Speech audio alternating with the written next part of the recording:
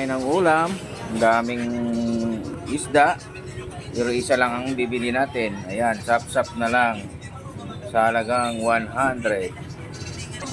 Ayan, sa halagang 100 lang para sabawan ko ng sa kamatis. Yan. Lampas na po yan?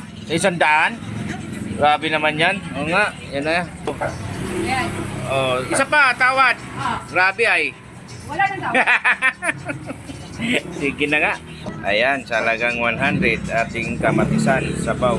Okay. Magluluto tayo ng sapsap sa kamatisan. Ayan, ready na ang ating kamatis, sibuyas, dahon at sibuyas bubal.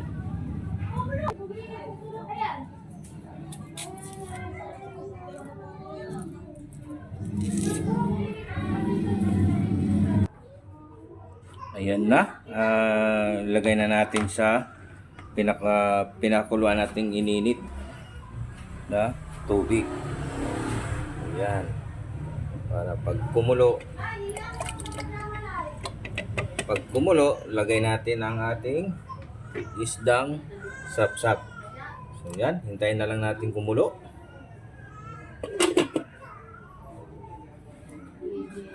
Yan. Linisan muna natin ang ating sapsap na isda. Yan.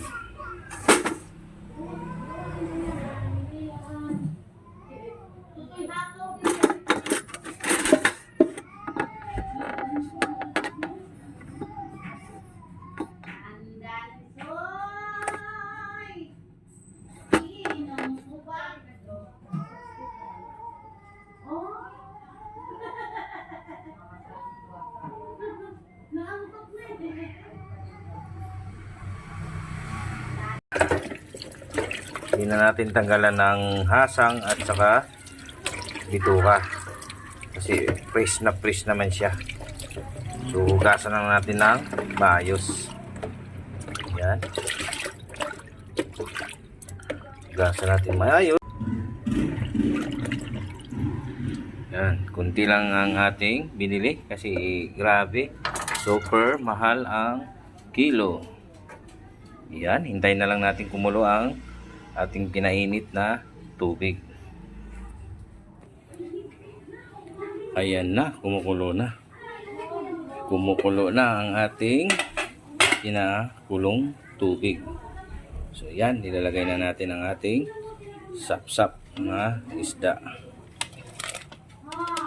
Yan, patis para kunting lasa lang. Yan. Yan. Tikman natin kung talagang masarap.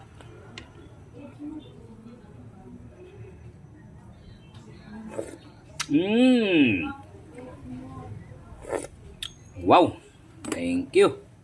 Okay na. Luto na. Haba na.